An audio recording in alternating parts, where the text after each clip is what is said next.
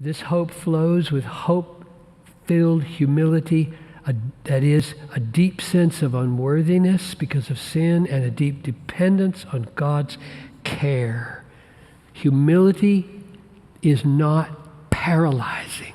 If you're paralyzed by a negative view of yourself, you don't have a bad enough view of yourself. I'm not going to let you off the hook with this. Don't say that cultivating negative view of yourself as a fallen sinner is paralyzing. That's not what's paralyzing.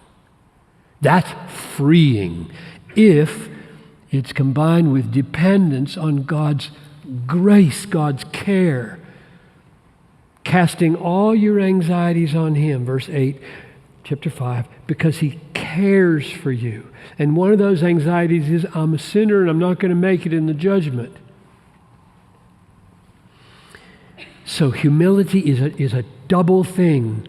It is a deep despairing of myself and a deep restful dependence on I am cared for. I preached a sermon one time from Isaiah, and now I can't remember the exact place, 54, 55.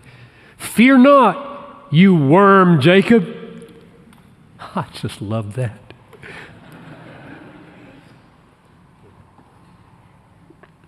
Back in the 70s, people were all getting their back up because the self-esteem movement was just gaining energy, and they called some of us vermicular theologians. You know what that means? Worm theologians. You preach worm theology. Worm, worm, worm. How boring is that? That's not helpful. Fear not, you worm Jacob. You use your concordance to find that text. That's an exact quote in Isaiah. Fear not. So I preached a sermon. You can go find it online. Just put in fear not, worm, and Desiring God's awesome search engine will just call it right up. And I just said, if you don't have both of those, you just won't get half the Bible. I'm a worm and I'm fearless in the presence of Almighty God. Draw boldly to the throne of grace. Worm.